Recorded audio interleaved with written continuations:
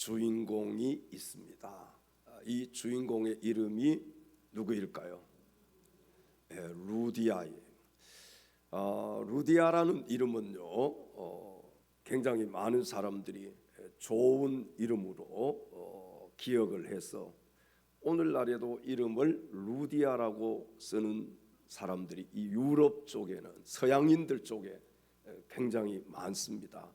아마 여러분 주위에서, 우리나라에서도 루디아라는 이름을 가진 친구라든지 아니면 무슨 권사님이라든지 집사님이라든지 있어요, 없어요? 분명히 아마 한두 명 있을 겁니다. 이 루디아는 바울 사도가 유럽에서 처음으로 만난 회심자입니다. 복음을 전해서 예수 믿게 만든 사람이에요.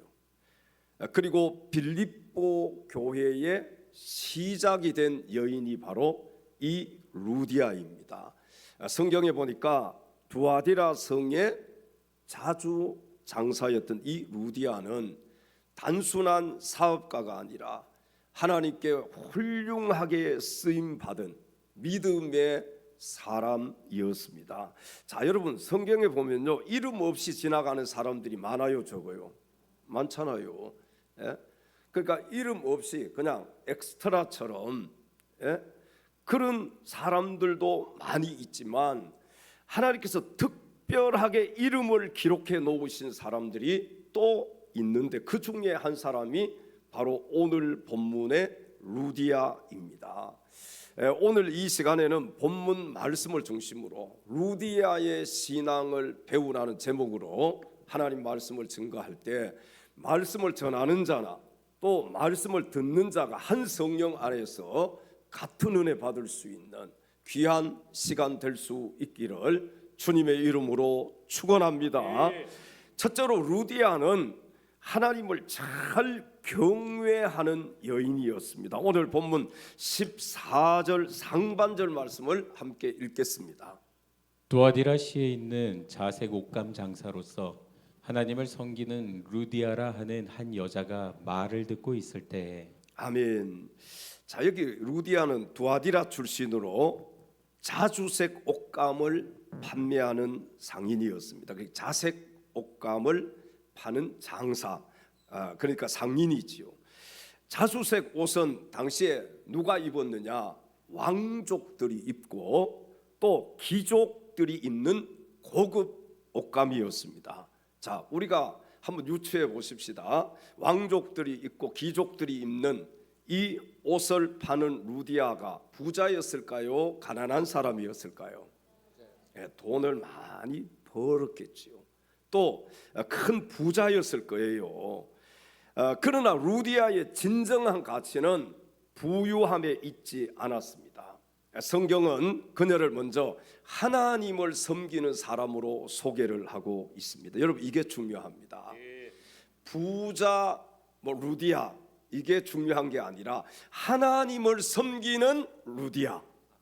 누군가가 저와 여러분의 이름을 소개할 때 하나님 앞에 악을 행한 누구 이렇게 하면 좋겠어요, 안 좋겠어요?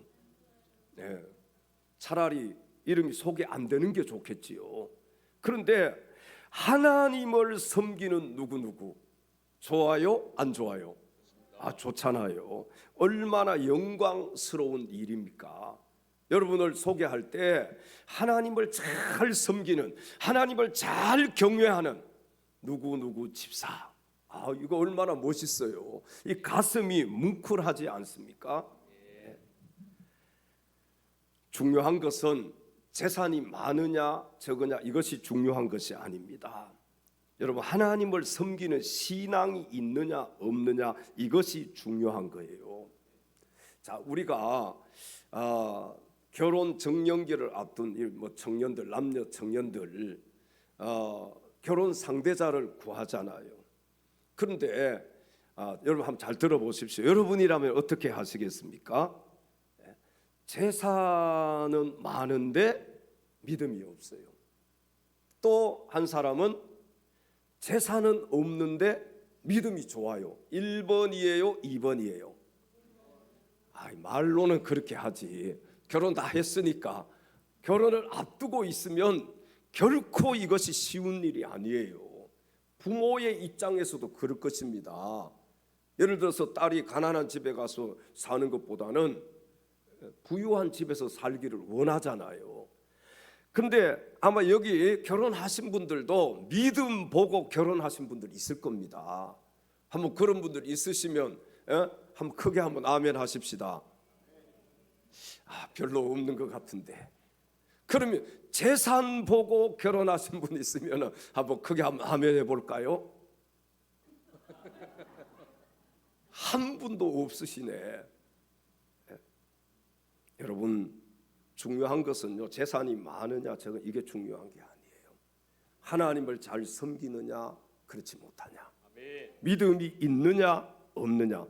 우리가 믿는 하나님은 어떤 사람을 살펴주시고 또 하나님의 일꾼으로 쓰시는 분이냐 하면은 하나님을 잘 섬기는 사람, 하나님을 잘 경외하는 사람을 하나님께서 살펴주시고 쓰시는 분인 줄로 믿습니다. 돈이 많다고 쓰시는 게 아니에요. 여러분, 많이 배웠다고 하나님이 쓰시는 게 아닙니다. 뭘 잘났다고 권력이 있다고 쓰시는 게 아니에요. 하나님을 잘 섬기고 하나님을 잘 경외하는 사람, 하나님께서 그를 쓰신다는 겁니다. 시편 33편 18절에 성경은 이렇게 말씀을 합니다. 여호와는 그를 경외하는 자 곧 그의 인자심을 바라는 자를 살피사. 아멘. 누구를 살피신다고요? 하나님을 경외하는 사람. 잠언 9장 10절에 성경은 또 이렇게 말씀을 합니다. 여호와를 경외하는 것이 지혜의 근본이라. 아멘. 여호와를 경외하는 것이 무엇의 근본이라고요? 지혜의 근본이다. 세상은 능력 있는 사람을 찾지만 우리 하나님은 하나님을 최고로 섬기고 하나님을 최고로 경외하는 사람을 찾으신 분이십니다. 왜 그럴까요? 왜 하나님께서 하나님을 최고로 섬기고 하나님을 최고로 경외하는 사람을 찾으실까요? 오늘 여기 성경에 우리가 함께 읽은 것처럼 여호와를 경외하는 것이 지혜의 근본이기 때문에 그렇습니다. 사랑하는 성도 여러분, 한번 여쭤보겠습니다. 성공이 먼저입니까? 신앙이 먼저입니까? 네, 말로는 신앙이 먼저예요. 그런데 성공을 쫓아서 사는 사람 얼마나 많습니까? 믿음을 쫓아서 살려고는 하지 않는데 성공을 쫓아서 살려고 하는 사람들이 신앙인들 중에도 얼마나 많아요. 여러분, 사업이 먼저입니까? 예배가 먼저입니까? 네, 예배가 먼저이기 때문에 오늘 이 자리에 나오신 줄로 믿습니다. 보세요, 예배를 드리지 않는 사업이 무슨 의미가 있습니까? 하나님께 예배를 드리지 않는 그런 사업, 그 무슨 의미가 있어요? 아무런 의미가 없는 거예요. 차라리 사업이 없는 게 나아. 그리고 하나님 앞에 나와서 예배 드리는 것이 훨씬 더, 그것이 제가 생각했을 때에는 성공이라고 저는 생각을 합니다. 사업 때문에 예배 드리지 못하시는 분들, 예배가 먼저입니다. 사업이 먼저가 아니에요. 오늘 유튜브로 예배 드리시는 분들, 사업하느라고 교회 나오시지 못하고 그냥 중간중간 유튜브로 예배 드리시는 분들, 예배가 먼저입니다. 예배가 우선순위예요. 다시 한번 여쭤볼까요? 물질이 먼저입니까? 하나님이 먼저입니까? 하나님이 먼저잖아요. 하나님 없는 물질이 무슨 소용이 있습니까? 그래요, 안 그래요? 하나님 없는 물질이 많으면 많을수록 새 짓는 데 사용하지 않겠어요? 하나님이 싫어하는 일에 사용하지 않겠느냐는 거예요. 물론 하나님도 잘 섬기고 물질도 하나님이 주셔서 그 물건을 가지고 하나님 영광을 위해서 쓴다면은 이것보다 더 좋은 것은 없겠지요. 여러분, 물질을 사랑하십니까? 하나님을 사랑하십니까? 솔직하게 물질이 먼저예요? 하나님이 먼저예요? 물질을 사랑하십니까? 하나님을 사랑하십니까? 하나님을 사랑하신다면 오늘 이 예배의 자리에 나와 있어야 됩니다. 돈 벌지 말라는 게 아니에요. 무엇이 우선순위인지를 알아야 된다는 거예요. 오늘이 무슨 날이에요? 주일이잖아요. 주일이 뭐예요? 주님의 날이잖아요. 내 날이 아니에요. 주일은 주님의 날이에요. 나의 주인이 되시는 예수님, 그분의 날이란 말이에요. 내가 오늘 이 시간들을 내가 내 마음대로 함부로 써서는 안 되는 것입니다. 주님의 날은 주님께 드려야 되는 거예요. 굶어 죽는 한이 있어도 주님께 드려야 되는 거예요. 이것이 신앙이고 이것이 믿음입니다. 하나님께서는 오늘 본문의 루디아처럼 하나님을 잘 섬기고 하나님을 최고로 경외하는 사람을 살펴주시고 선택하여 쓰시는 분이심을 믿으시기 바랍니다. 여러분, 이 시간 우리 하나님을 최고로 경외하는 마음으로 여호와 우리 하나님을 찬양합니다. 내 평생 사는 동안, 내 평생 사는 동안 주 찬양하리. 여호와 하나님 내 주를 찬양하리. 주님을 묵상하니 즐겁도다. 내 영혼 주 안에서 참기. 내 영혼아 주님을 송축하라. 내 영혼아 주님을 송축하라. 내 영혼아 주님을 찬양하라. 내 영혼아 주님을 송축하라. 내 영혼아 주님을 내 찬양하라. 영혼아 주님을 우리 두 손 찬양하라. 번쩍 들고 다시 한번 내 평생 사는 동안, 내 평생 사는 동안 주 찬양하리. 여호와 하나님 내 주를 찬양. 주님을 묵상하니 즐겁도다. 주님을 묵상하니 즐겁도다. 내 영혼 주 안에서 참긴. 내 영혼아 주님을 찬양하라. 내 영혼아 주님을 송축하라. 내 영혼아 주님을 찬양하라. 내 영혼아 주님을 내 송축하라. 영혼아 주님을 송축하라.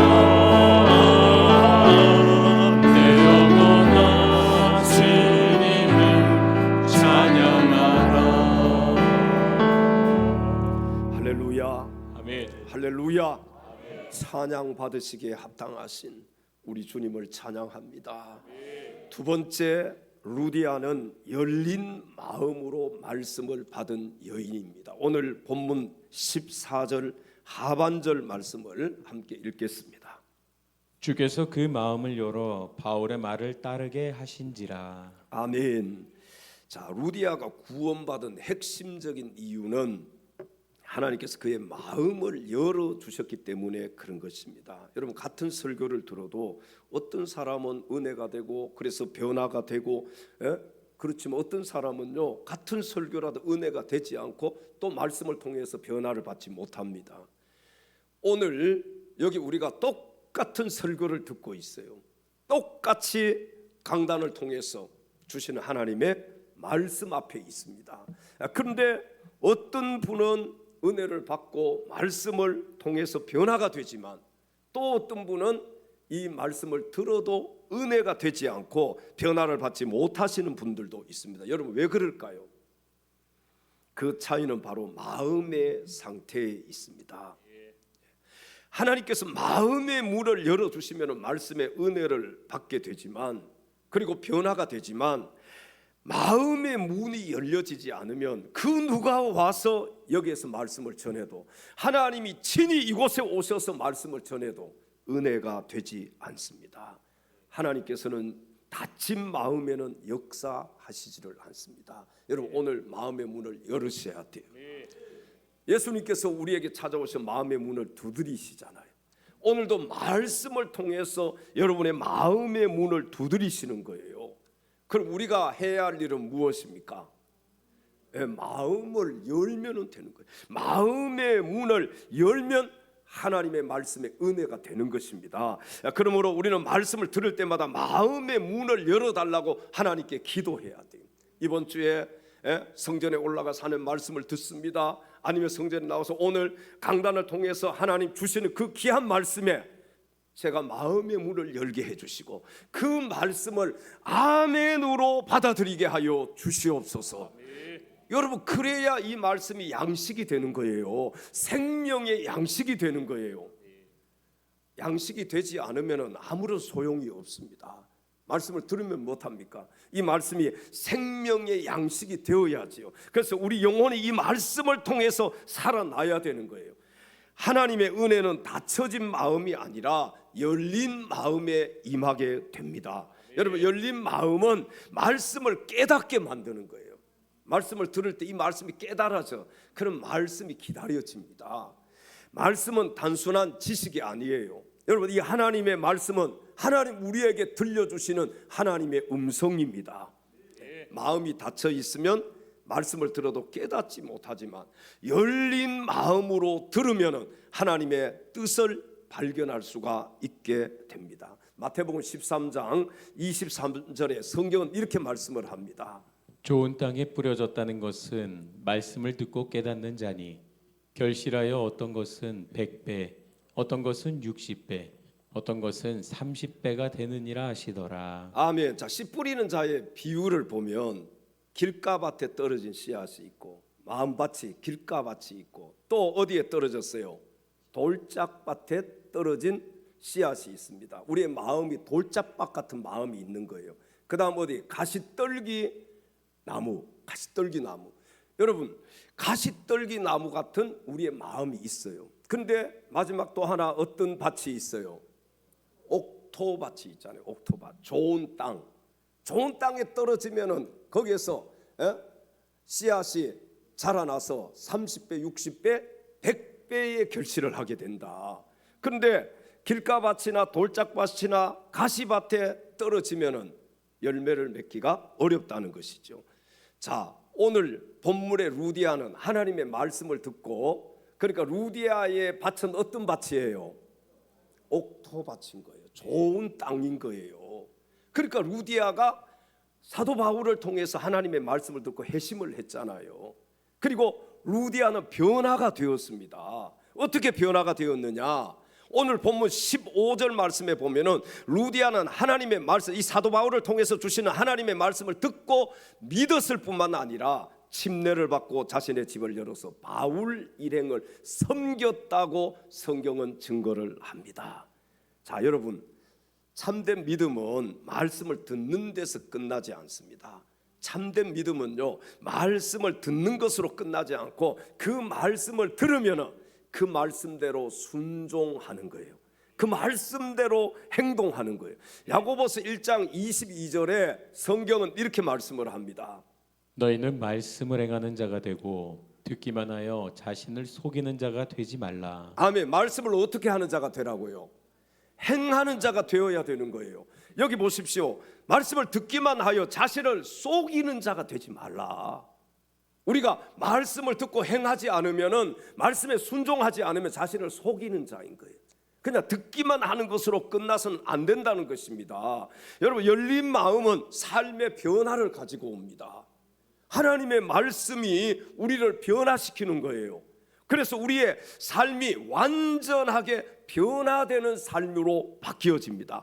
하나님의 말씀은 사람을 새롭게 만드는 능력이 있습니다. 여기도 하나님 말씀을 통해서 변화된 분들이 얼마나 많습니까? 여기 설교하는 목사도 하나님 말씀을 통해서 제가 변화가 된 거예요. 하나님의 말씀에는 사람을 변화시키는 능력이 있습니다. 여러분, 이런 말씀을 통해서 내가 하나님의 은혜를 받고 내가 변화가 되어야지, 이런 간절한 마음으로 마음의 문을 열고 하나님의 말씀을 들을 때에 그 말씀이 나에게 살아있는 말씀이 되는 것입니다. 마음을 열고 말씀을 받을 때 우리의 생각이 바뀌는 거예요. 내 마음을 열고 하나님의 말씀을 아멘으로 받을 때 내 가치관이 바뀌게 되는 것입니다. 여기 생각이 바뀌고 가치관이 바뀐 분들이 얼마나 많습니까? 그것뿐만 아니라 더 나아가서 우리 삶이 변화가 되는 거예요. 여러분 진짜로 예수를 만나고 예수를 믿으면요 우리의 삶이 변하게 되어 있습니다. 그 안 변하면은 예수를 가짜로 만난 거예요. 진짜 예수를 만나면은 내 삶이 바뀌어지게 되어 있어요. 뭐 한꺼번에 확 바뀌지는 않아도 내 삶이 나도 모르게 조금씩 바뀌어지는 것을 누가 제일 먼저 아느냐? 나 자신이 알 수가 있게 됩니다. 여러분은 어떻습니까? 예수 믿고 여러분의 삶이 바뀌어졌습니까? 예수는 믿는다고 하면서도 교회 와서 예배는 드린다고 하면서도 세상 사람들하고 똑같고 내가 세상에 살 때하고 똑같다면은 그것은 예수 믿는 것이라고 할 수가 없어요. 예수를 진짜로 만나면은 예수님을 진짜로 믿으면은 내 삶이 바뀌어지게 된다는 사실입니다. 한번 물어볼까요? 여러분 말씀을 여러분은 듣기만 하는 자입니까? 아니면 말씀을 듣고 순종하는 자입니까? 1번이에요, 2번이에요? 전자예요, 후자예요? 제대로 말씀을 못 하시는 것 같아요. 말씀을 듣고 거기서 끝나는 것이 아니라 내가 그 말씀을 지키기 위해서 몸부림쳐야 되는 거예요. 그런 몸부림이 있을 때 나에게 영적인 성장이 있는 것입니다. 그 교회만 왔다 갔다 하는데 어떻게 우리가 변화가 될 수 있어요? 하나님의 말씀을 듣고 그 말씀을 되새김질하고 그 말씀을 묵상하고 그 말씀대로 살려고 노력하고 몸부림을 쳐야만이 그래야 내 삶이 바뀌어진다는 거예요. 근데 우리는 그냥 예배만 드리면 다 한 줄 알잖아요. 교회 와서 헌금하면 끝나는 줄 알잖아요. 여러분 신앙생활은 교회에서만 하는 게 아니에요. 세상 속에 들어가서 빛과 소금이 될 때 그것이 진짜 신앙인의 모습인 것입니다. 오늘날 한국에 교회가 많아요. 큰 교회들이 얼마나 많습니까? 예수 믿는 사람들은 많다고 하는데 점점 더 빛을 잃어가고 있잖아요. 빛과 소금의 역할을 못하고 있잖아요. 70년대 80년대 교회가 많지 않았습니다. 그러나 그때에는 교회가 사회로부터 인정을 받았어요. 그러나 지금은 교회가 많지만 사회로부터 인정을 못 받고 있잖아요. 왜 그럴까요? 우리가 변하지 않아서 그래요. 변화된 모습이 나타나지 않아서 그래요. 진짜 예수 믿고 변화된 그런 모습들이 그리스도인들의 삶 가운데 나타날 때 다시 한번 교회가 신뢰를 얻고 또 세상 사람들이 오히려 정말 교회를 향해서 달려나오는 그런 놀라운 역사가 있게 될 줄로 믿습니다. 여러분 하나님의 은혜는 말씀을 듣고 행하는 자에게 임하는 거예요. 하나님의 은혜는 말씀을 듣고 순종하는 자에게 임하는 것입니다. 아무쪼록 오늘 본문의 루디아처럼 마음의 문을 활짝 열고 하나님의 말씀을 받을 수 있는 사랑하는 엘찬양 가족들이 다 될 수 있기를 주님의 이름으로 축원합니다. 마지막 세 번째, 루디아는 복음 전도의 통로가 되었던 여인입니다. 오늘 본문 15절로 가셔서 함께 말씀을 읽겠습니다.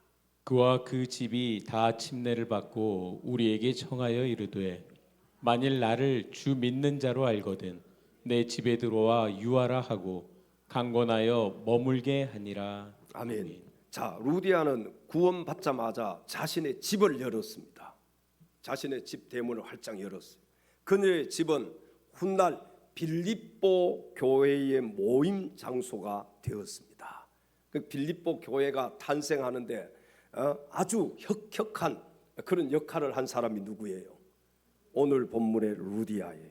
이 루디아는 복음을 받은 자로서 이제는 그 복음을 흘러 보내는 자가 된 것입니다. 여러분 복음은요, 복음을 받으면은 진짜로 복음을 받은 사람은 그 복음을 흘러 보내게 되어 있어요. 무슨 말인지 이해가 가십니까?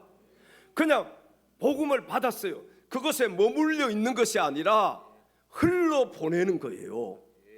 복음은 내가 진짜 예수를 만났어요. 야, 예수 믿고 구원받았어요. 예수 믿으니까 이렇게 좋아요. 그 복음을 다른 사람에게 또 전하게 되어 있다는 거예요. 참된 믿음의 사람은 오늘 본문의 루디아처럼 자기만 복을 받는 것으로 끝나지 않고 자신이 받은 복을 흘러보내서 다른 사람을 살리는 그런 복음 전도의 통로가 된다는 사실입니다. 우리 옆에 계신 지체들에게 이렇게 한번 인사해 볼까요? 복음 전도의 통로가 됩시다. 복음 전도의 통로가 됩시다. 나 혼자 예수 믿고 구원받는 것이 아니라 나를 통해서 예수 믿는 사람들이 많아지는 거예요. 나를 통해서 주님의 복음이 전해지는 거예요. 여러분 어떻습니까? 그냥 나 혼자 예수 믿고 거기서 끝난 사람들입니까? 아니면 계속해서 여러분 복음 전도, 복음의 이 하나님의 복음 전도의 말씀을 계속 다른 사람들에게 전하고 있는 사람입니까? 여러분 고인물은 썩는다고 하잖아요. 신앙생활도요, 나 혼자만 잘 먹고 잘 살기 위해서 열심히 해보세요. 그럼 그 신앙 어떻게 되겠어요? 나중에 그 썩은 신앙이 되는 거예요. 한국 교회도 마찬가지예요. 잘 먹고 잘 살고 부자 되고 그 신앙만 추구하니까 결국에는 그 고여있는 물은 썩게 되잖아요. 여러분 물은 계속 흘러보내야 되듯이 이 복음도 계속해서 흘러보내야 됩니다. 누구를 통해서 흘러보내야 돼요? 한번 따라서 해볼까요? 나를 통해서, 나를 통해서. 여기에서 복음이 머물러 있는 것이 아니라 나를 통해서 복음이 계속해서 전해질 수 있는 복음의 통로가 되어야 된다는 거예요. 여러분 복음의 통로가 됩시다. 가장 복받은 사람이 누구냐? 복음의 통로가 된 사람이에요. 그러니까 루디아는 하나님의 복을 마음껏 받은 여인이에요. 왜? 복음 전도의 통로가 되었잖아요. 갈라디아서 5장 13절에 성경은 이렇게 말씀을 합니다. 형제들아 너희가 자유를 위하여 부르심을 입었으나 그러나 그 자유로 육체의 기회를 삼지 말고 오직 사랑으로 서로 종 노릇하라. 아멘. 너희가 자유를 위하여 부르심을 입었으나 그러나 그 자유로 육체의 기회를 삼지 말고 예수 믿고서도 계속 육체만을 육신만을 위해서 살아. 그것은 잘못된 신앙이에요. 오직 사랑으로 서로 어떻게 하라고요? 종노릇하라. 복음 전도의 통로는 헌신을 통해서 세워집니다. 여러분 루디아는요 자신의 집을 선교의 거점으로 제공한 거예요. 희생이 있었던 거예요. 섬김이 있었던 거예요. 초대교회는 바로 루디아와 같은 헌신자들을 통해서 성장을 했습니다. 자기 집을 내어주기가 쉬워요, 어려워요? 이거 어려운 것입니다. 오늘날 이 루디아의 역할을 누가 해야 되냐? 목자들이 해야 되는 거예요. 자기 집의 문을 열고 거기서 함께 모여서 기도하고 찬송하고 말씀 나누고 서로 위로하고 격려하고 여러분 이런 모습들이 있을 때에 교회도 성장할 수 있고 우리의 신앙도 계속해서 성장할 수 있는 거예요. 신앙은 언제나 올라가는 신앙만이 있는 게 아닙니다. 목사도 똑같아요. 내려갈 때가 있는 거예요. 그래서 공동체가 필요한 것입니다. 공동체도 이렇게 교회 안의 공동체보다도 목장 같은 공동체가 그래서 필요한 거예요. 같이 기도의 제목을 내어놓고 같이 손을 잡고 같이 얼굴을 맞대고 같이 울면서 함께 슬픔도 나누고 기쁨도 나누고 그런 공동체가 계속해서 이어질 때 교회가 든든히 서갈 수 있고 우리 성도들의 신앙이 든든하게 서갈 수 있는 거예요. 루디아와 같은 여인들이 우리 교회 안에도 많이 나타나면 좋겠습니다. 한번 따라서 해볼까요? 하나님, 제가 루디아입니다. 제가 루디아입니다. 남자분들 하지 말고요. 여자분들만 하나님, 제가 루디아입니다. 좀 손도 이렇게 데모 안 해봤어요? 주먹을 좀 쥐고 하나님 앞에 이런 결단이 필요한 거예요. 이게 아니라 강력하게 우리 다시 한번 하나님 제가 루디아입니다. 3번 하겠습니다. 시작. 하나님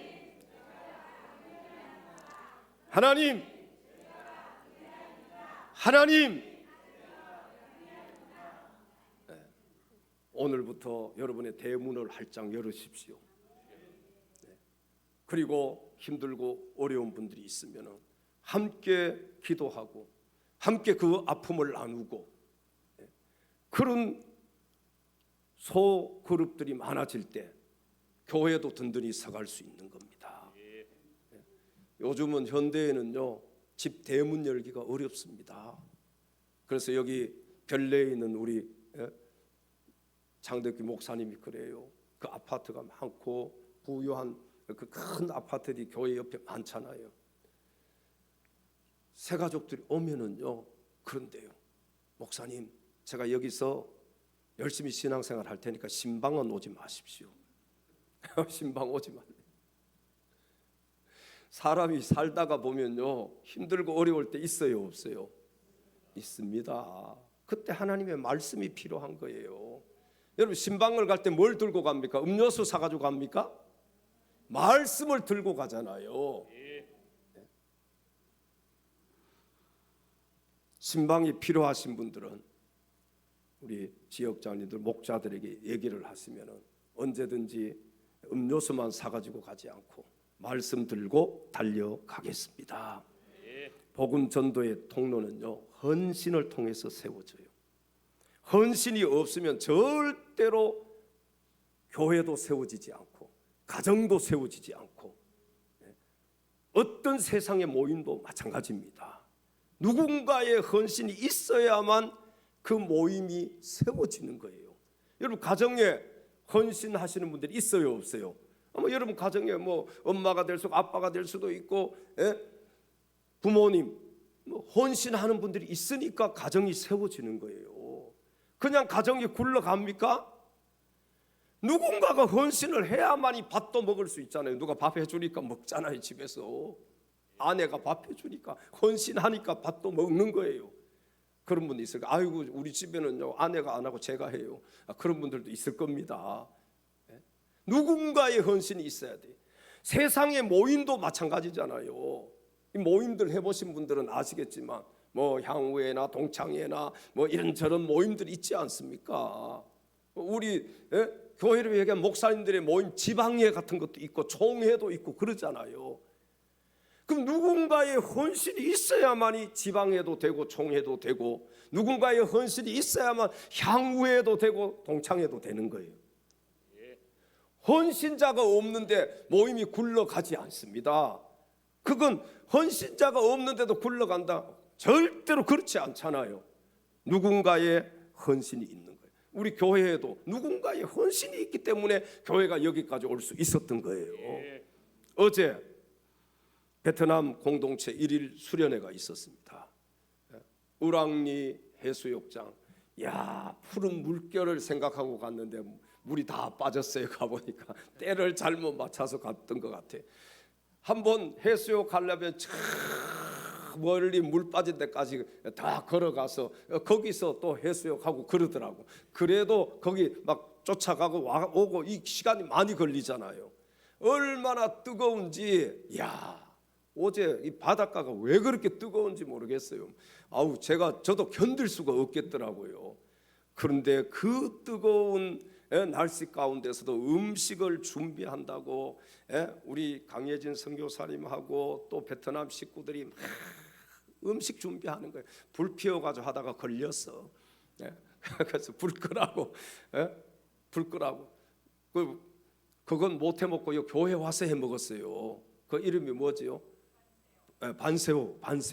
야 얼마나 맛있던지 어제 제가 2접시인가 3접시인가 먹었어요. 거기서는 국수하고 또 불 준비해 간 거 불 없이도 되는 것만 먹었어요. 여러분 봐봐요. 이렇게 공동체가 이동을 하잖아. 그럼 우리 이주민 선교회 이재경 목사님의 헌신, 또 강성교사님의 헌신, 또 한 분 한 분 이런 헌신들이 다 모여가지고 일일 수련회도 은혜 가운데 마치게 되는 거예요. 아무도 헌신하고 봉사하지 않으려고 한다면은 거기 가서 뭘 할 수 있겠습니까? 음식은 어떻게 장만하고 이 짐은 어떻게 나를 것이며 거기 가서 돗자리는 누가 깔 것이며 과일은 누가 깎을 것이며 뭐 이게 안 되잖아요. 교회도 누군가의 헌신을 통해서 세워집니다. 가정도 누군가의 헌신을 통해서 세워져요. 세상의 모임도 그 누군가의 헌신을 통해서 세워집니다. 오늘 본문의 루디아는 자신의 집을 선교의 거점으로 제공을 했습니다. 그리고 초대교회는 바로 이 루디아와 같은 헌신자들을 통해서 성장했다는 사실입니다. 여러분들이 루디아가 되셔야 돼요. 무슨 말인지 이해가 가십니까? 이름 없는 한 사람으로 지나가는 것이 아니라 루디아가 되어서 하나님 나라를 위해서 하나님의 교회를 위해서 헌신하는 자들이 되어야 한다는 거예요. 구원받은 성도는 복음이 종착지가 아닙니다. 여러분, 내가 복음의 종착지가 되면요 더 이상 복음을 전할 수 없잖아요. 구원받은 성도는 복음의 정착지가 아니라 복음의 통로임을 믿으시기 바랍니다. 우리는 다 복음의 통로가 되어야 돼요. 나를 통해서 나에게 복음이 전해지면 내가 이 복음을 또 다른 사람에게 전해야 되는 거예요. 그래서 저 유럽에서부터 시작해서 또 미국으로 갔다가 이곳저곳 갔다가 우리나라에까지 복음이 전해지게 된 것입니다. 여러분, 옛날에는 비행기가 있었습니까? 배 타고 왔잖아요. 여기 선교사님들 올 때 보니까요 나이가 막 20대 초반도 있고 그래요. 야, 얼마나 복음의 열정이 있었으면 그 20대 초반에 목숨을 걸고 오다가 죽을 수도 있어. 오다가 죽을 수도 있어. 그 배를 타고 미지의 나라 이 한국 땅까지 왔겠어요. 참, 오늘날도 마찬가지잖아요. 복음 들고 해외에 선교사님들이 나가잖아요. 무슬림 국가 같은 데는 위험합니다. 공산 국가도 위험합니다. 그럼에도 불구하고 내가 복음의 통로가 되기 위해서 복음 들고 나가는 거예요. 빌립보 교회는 루디아의 헌신을 통해서 세워졌고 유럽 선교의 중요한 출발점이 되었습니다. 여러분, 한 사람의 순종이 아무것도 아닌 것 같지요. 이 한 사람의 순종이 수많은 생명을 살리는, 유럽을 복음화시키는 그런 기약에 사용된 이 한 사람 루디아가 오늘 저와 여러분이 될 수 있기를 주님의 이름으로 축원합니다. 우리 옆에 계신 지체들에게 또 이렇게 인사해요. 아까는 제가 루디아입니다 했잖아요. 옆에 계신 지체들, 루디아가 됩시다. 엘찬야교회의 루디아가 됩시다.